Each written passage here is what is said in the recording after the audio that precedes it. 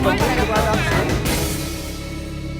पहला प्रश्न हमारे पास अमन करोड़िया का है। अमन ने पूछा है कि आप कितने संतुष्ट हैं नरेंद्र मोदी की वैक्सीनेशन पॉलिसी से। वो कह रहे हैं कि वैक्सीन का क्राइसिस अभी भी चल रहा है।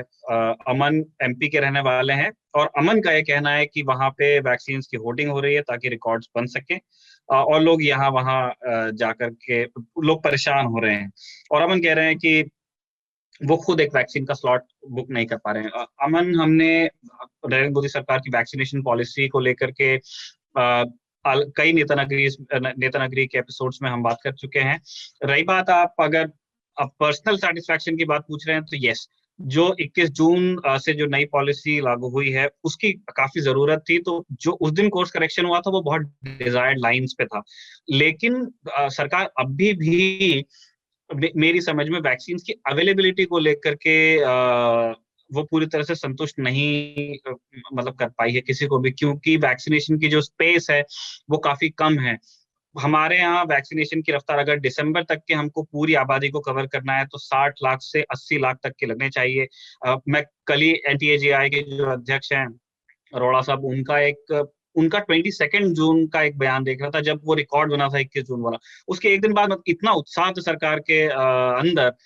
हर तरफ से हम सुन रहे थे कि नहीं, अब सुधर गया है, सुधर गया है। और उस दिन वो कहते हैं 22 जून को कि भारत की जो कैपेसिटी है वो 1.25 करोड़ खुराक पर डे लगाने की है। तो ये कैपेसिटी हमारे पास में अगर है तो इसका इस्तेमाल क्यों नहीं हो रहा है, ये सरकार ही इसका जवाब दे सकती है। मुझे पर्सनली ऐसा लगता है कि अब तक के वैक्सीन की अवेलेबिलिटी को लेकर के सरकार कोई बहुत बड़ा कदम उठा नहीं पाई है। ड्रामेटिकली वैक्सीन की सप्लाई ऊपर गई नहीं है। और उसकी बहुत सारी वजह हो सकती है। एक वजह उसकी ये भी है कि कोई बटन है नहीं जिसको आप दबा दें और वैक्सीन की सप्लाई अचानक ऊपर चली जाए। इंडिया ने बहुत लेट प्लेस किए हैं वैक्सीन के जो ऑर्डर्स हैं। पहले पूरी दुनिया का जो वैक्सीन इकोसिस्टम है वो ये मान के चल रहा था कि इंडिया एक नेट एक्सपोर्टर होगा वैक्सीन का, और आज ये स्थिति है कि भारत एक नेट इंपोर्टर है। वो स्थिति हो सकता है कि जुलाई बीतने के बाद अगस्त या सितंबर में इंप्रूव हो जाए। हो सकता है इंडिया दोबारा वैक्सीन के एक्सपोर्ट्स रिज्यूम करे, लेकिन उसमें अभी समय है। और ये जो बीच का टाइम है इसने डिस्टर्ब कर दिया है पूरे पूरे दुनिया में ही वैक्सीन के मैन्युफैक्चर और उसके जो तमाम दूसरे सप्लाई वगैरह के लॉजिस्टिक्स हैं। और इसीलिए बहुत जल्दी हमको भी वैक्सीन मिल नहीं पा रहा है, क्योंकि कहीं से भी तुरंत वैक्सीन निकल के बाहर नहीं आएगा। रही बात जो आपने एमपी को लेकर के जो सवाल पूछा है, ये सवाल अमन मेरे भी मन में है कि ऐसा हो क्यों रहा है। जो आपने कहा वो बात बिल्कुल ठीक है कि वहां पे पूरे देश के, अगर आप जो सरकार का ही डेटा उठा के देखेंगे कोविन वेबसाइट पर जाकर जो डैशबोर्ड है, बाकी सारे स्टेट्स में आपको एक सातत्य मिलेगा। मंडे को वो ऊपर जाता है और फिर वो फ्राइडे तक के चलता है, सैटरडे तक के चलता है, कई जगह संडे छुट्टी रहती है। तो आपको जैसे किसी के मुंह में दांत होते हैं ना, ऐसे आपको बना मिलेगा चौड़े चौड़े।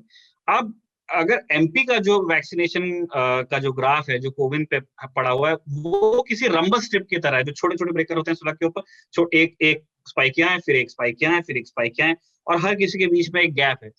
तो होर्डिंग हो रही है या नहीं हो रही है, इसका जवाब शिवराज सिंह चौहान की सरकार को देना चाहिए, वो दे पाएंगे। लेकिन वैक्सीन लग जो रहे हैं वो इस तरह से लग रहे हैं कि एक दिन आप लगाते हो, दूसरे दिन आप नहीं लगाते हो। और फिर ये सवाल आएगा कि क्या आप अगले दिन के नंबर जैकअप करने के लिए बीच में एक दिन गैप देते हैं, क्योंकि समझ में सिर्फ एक चीज आती है कि संडे आपकी छुट्टी हो सकती है, उस दिन आपके नंबर्स कम होंगे। एक दिन एमपी में ट्यूसडे मेरे ख्याल होता है जिस दिन वो बाकी वैक्सीनेशन करते हैं। तो संडे और ट्यूसडे छोड़ करके बाकी 5 दिन तो आपके नंबर्स एक रेंज में रह सकते हैं, उनमें सातत्य नजर आ सकता है, जो कि दिख नहीं रहा है। अगला सवाल अजय सिंह का है। अजय सिंह ने मुझे ही एड्रेस किया ये सवाल। वो कह रहे हैं कि we have seen left parties continuously declining for a long time. बहुत लंबे समय से हम देख रहे हैं कि लेफ्ट पार्टीज का पतन हो रहा है। क्या आपको ऐसा लगता है कि लेफ्ट आइडियोलॉजी को पूरी तरह से रिजेक्ट कर दिया है, जो लेफ्ट विचारधारा है उसको लोगों ने रिजेक्ट कर दिया, या फिर एक इलेक्टोरल फेलियर है? दोनों चीजें हैं। इलेक्टोरल फेलियर तो ऑब्वियस है क्योंकि हम उनको रिजल्ट्स में देखते हैं, जिस तरह से वो कैंडिडेट्स फील करते हैं। तमाम खूब सारी लेफ्ट पार्टीज हैं भारत में। कुछ पॉकेट्स को आप छोड़ दें तो वहां पे उनका बहुत बड़ा आधार रहा नहीं है पहले। अभी कुछ समय तक जब बंगाल विधानसभा चुनाव के नतीजे नहीं आए थे तब वहां पे उनके कुछ विधायक होते थे, अब वहां भी नहीं है। तो आखिरी एक लास्ट बैशन जिसको हम कहते हैं वो केरला बचा हुआ है। तो ये एक्सप्लेन करता है कि हाँ, उनका इलेक्टोरल फॉल तो हुआ ही है। दूसरी चीज आप जो पूछ रहे हैं कि ये क्या ये रिजेक्शन है लेफ्ट आइडियोलॉजी का, पर्सनली मुझे लगता है ये लेफ्ट आइडियोलॉजी का रिजेक्शन नहीं है। वो अब इलेक्टोरल सक्सेस में वो क्यों नहीं मैनिफेस्ट हो रहा है वो दूसरी बहस है। लेकिन मुझे जो चीज फील होती है वो ये है कि लेफ्ट के साथ में ये समस्या रही है बहुत लंबे समय से, अभी भी है, कि जिस आइडियोलॉजी को वो टो करते हैं, जिसको प्रोपोगेट करते हैं, उसको वो भारतीय जो जनमानस है उसको वो उतने अच्छे से सेल्फ कर नहीं पाते हैं। क्या वो कम्युनिकेशन की दिक्कत है, या फिर वो जो, या जो भी वो अपनी बात कहना चाहते हैं पॉलिटिकली जो सोचते हैं, क्या वो भारतीय रूपकों में वो नहीं एक्सप्रेस कर पाते हैं, इस बारे में उनको सोचना चाहिए। और कोई भी पॉलिटिकल पार्टी, चाहे वो लेफ्ट हो चाहे राइट हो, वो जब तक के आम जनता की इमेजिनेशन को कैप्चर नहीं कर सकती है, वन, और दूसरा उसके लिए एक सोल्यूशन देने का दावा नहीं कर सकती है, तब तक ये लोग उसकी तरफ देखेंगे नहीं, अगर आप पहले से सीन में नहीं हो तो। ये मुझे लगता है, पर्सनल मेरी सीमित समझ में। अ, ओमकार दड़पे का एक सवाल है, ओमकार दड़पे ने पूछा है कि स्वास्थ्य मंत्री मनसुख मांडविया को लेकर के उनका प्रश्न है कि उनको ट्रोल किया गया उनकी खराब अंग्रेजी के लिए, जो कि पुराने ट्वीट्स में था। ये कह रहे हैं कि how relevant is it for enable, मतलब एक काम के व्यक्ति के लिए कितना जरूरी है, या उसकी क्या रिलेवेंस है कि वो अच्छी इंग्लिश बोले। मुझे नहीं लगता कि अच्छी अंग्रेजी अगर आप नहीं बोलेंगे तो आप सक्सेसफुल नहीं हो सकते हैं। उसके बहुत सारे हजारों हजार उदाहरण है हमारे देश के अंदर ही। पर्सनली मुझे भी बहुत अच्छी अंग्रेजी नहीं आती, मैं पढ़ लेता हूँ अंग्रेजी के अखबार, लेकिन मुझे बोलने में तो दिक्कत है ही।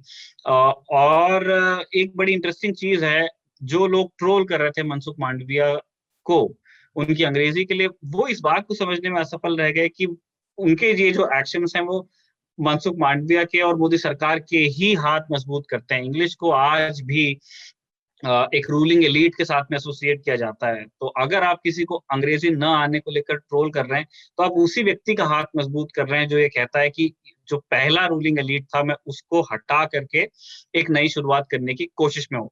उनकी कॉम्पिटेंस क्या है एडमिनिस्ट्रेशन में, वो एक बहुत दूसरा मैटर है, उस पर लेकर चर्चा भी नहीं हो रही है। लेकिन अगर आप उनके एलीट न होने को क्वेश्चन कर रहे हैं, तो आप उन्हीं का फायदा कर रहे हैं। तो ये ट्रोल्स समझ नहीं पाए। पर और वैसे भी किसी को अंग्रेजी या हिंदी या मराठी या कोई भी भाषा आती है या नहीं आती है, वो उसके सीवी का एक बहुत ही छोटा हिस्सा है, और उसके लिए किसी को भी ऑनलाइन इस तरह से बुली या ट्रोल नहीं किया जाना चाहिए। मुखालफत मजम्मत करते हैं। श्री प्रकाश अग्रहरि का प्रश्न है। श्री प्रकाश अग्रहरि ने पूछा है कि गांधी जी कहते थे कि ग्राम पंचायत को एम्पावर किया जाए, उसके हाथ में ज्यादा शक्तियां दी जाए, और उन्हीं के एम्पावरमेंट के लिए, उन्हीं के हाथ में शक्तियां देने के लिए ग्राम पंचायत चुनाव होते हैं। और यूपी के संदर्भ में वो कह रहे हैं कि पंचायत चुनाव में इतनी हिंसा होती है, इतनी गड़बड़ होती है कि आ, उसके बेसिस पर वो ये पूछ रहे हैं कि अगर इस तरह से ग्राम पंचायत को एम्पावर किया जाता है, तो क्या हमें नहीं लगता है कि ग्राम पंचायत चुनाव भी केंद्रीय चुनाव आयोग को करने चाहिए, ना कि राज्यों के चुनाव आयोग को। श्री प्रकाश, आपने जो प्रश्न पूछा है उसका एक एक हिस्सा मैं बिल्कुल अग्री करता हूँ कि पंचायत चुनाव ना सिर्फ यूपी में बल्कि देश के अन्य हिस्सों में भी पंचायत चुनाव काफी नोटोरियस एक इवेंट होते हैं, जब जिसको कहते हैं ना खुला खेल फर्रुखाबादी, उस तरह से वायलेंस और गुंडागर्दी होती है। लोग कैप्चर करने की कोशिश करते हैं मैंडेट को, चाहे वो किसी भी लेवल का हो, ना, चाहे प्रधानी का हो चाहे जिला पंचायत इलेक्शन हो। अ, जो चीज आप पूछ रहे हैं कि ये अगर स्टेट इलेक्शन कमीशन की जगह ईसीआई करने लग जाए तो क्या वायलेंस कम होगी। आप बड़े इलेक्शंस देखेंगे सांसदीय के, विधायकी के, वो केंद्रीय चुनाव आयोग कराता है, और उसमें भी जो पॉकेट्स बदनाम हैं वायलेंस के लिए, आप राज्यों का नाम ले सकते हो, वो बात कहीं और निकल जाती है। वहां वायलेंस होती है। एक इतिहास था, एक टाइम पे बिहार में पोल बूथ कैप्चरिंग का, वो ईसीआई के राज में ही हो रहा था। बंगाल में जो हम आप भी देख रहे हैं वो भी ईसीआई के ही परव्यू में था, जो हाल में विधानसभा चुनाव हुआ। तो कौन सी एजेंसी एग्जीक्यूट कराती है उससे थोड़ा कम फर्क पड़ेगा। उस डेफिनेटली उस चीज से फर्क पड़ता है कि जो भी एजेंसी एग्जीक्यूट कर रही है वो है किस टेम्परेमेंट की, उसके लिए वो कितनी बड़ी घटना है कि अगर उसके देख रेख में जो चुनाव हो रहा है उसमें वायलेंस हो रहा है, तो वो तब किस तरह के फैसले लेती है। क्या वो चुनाव को रद्द करने का फैसला लेती है, या वो नोटिस इश्यू करती है लोगों को। तो एजेंसी का बस लेवल बदल जाने से बहुत ज्यादा फर्क मुझे नहीं लगता है कि हो जाएगा, कि अगर उसको स्टेट इलेक्शन कमीशन की जगह ईसीआई कराने लगे। एक वो जो बेसिक फर्क हम ढूंढने की कोशिश करते हैं स्टेट गवर्नमेंट के किसी यूनिट में और सेंट्रल गवर्नमेंट यूनिट में, लोग पेंशन और फायदे और इस तरह की तमाम चीजें गिनाते हैं, उस तरह के एग्जीक्यूशन में थोड़ा एक फाइन डिफरेंस जरूर आ सकता है। लेकिन क्या वो पूरी तरह से इस चीज को अप्रूव कर देगा, जो कल्चर है पॉलिटिकल वायलेंस का पंचायत लेवल पे। उसकी वजह उसकी एग्जीक्यूटिंग एजेंसी में नहीं है। जिस तरह से पॉलिटिकल पार्टीज चुनाव में उतरती हैं, जिस मकसद को लेकर के जिस तरह से पावर को हथियारने का काम करती हैं, उस तरीके में जब तक बदलाव नहीं आएगा तब तक एग्जीक्यूटिंग एजेंसी से बहुत ज्यादा फर्क नहीं पड़ेगा। तो ये था आज का जवाबदेही सेक्शन।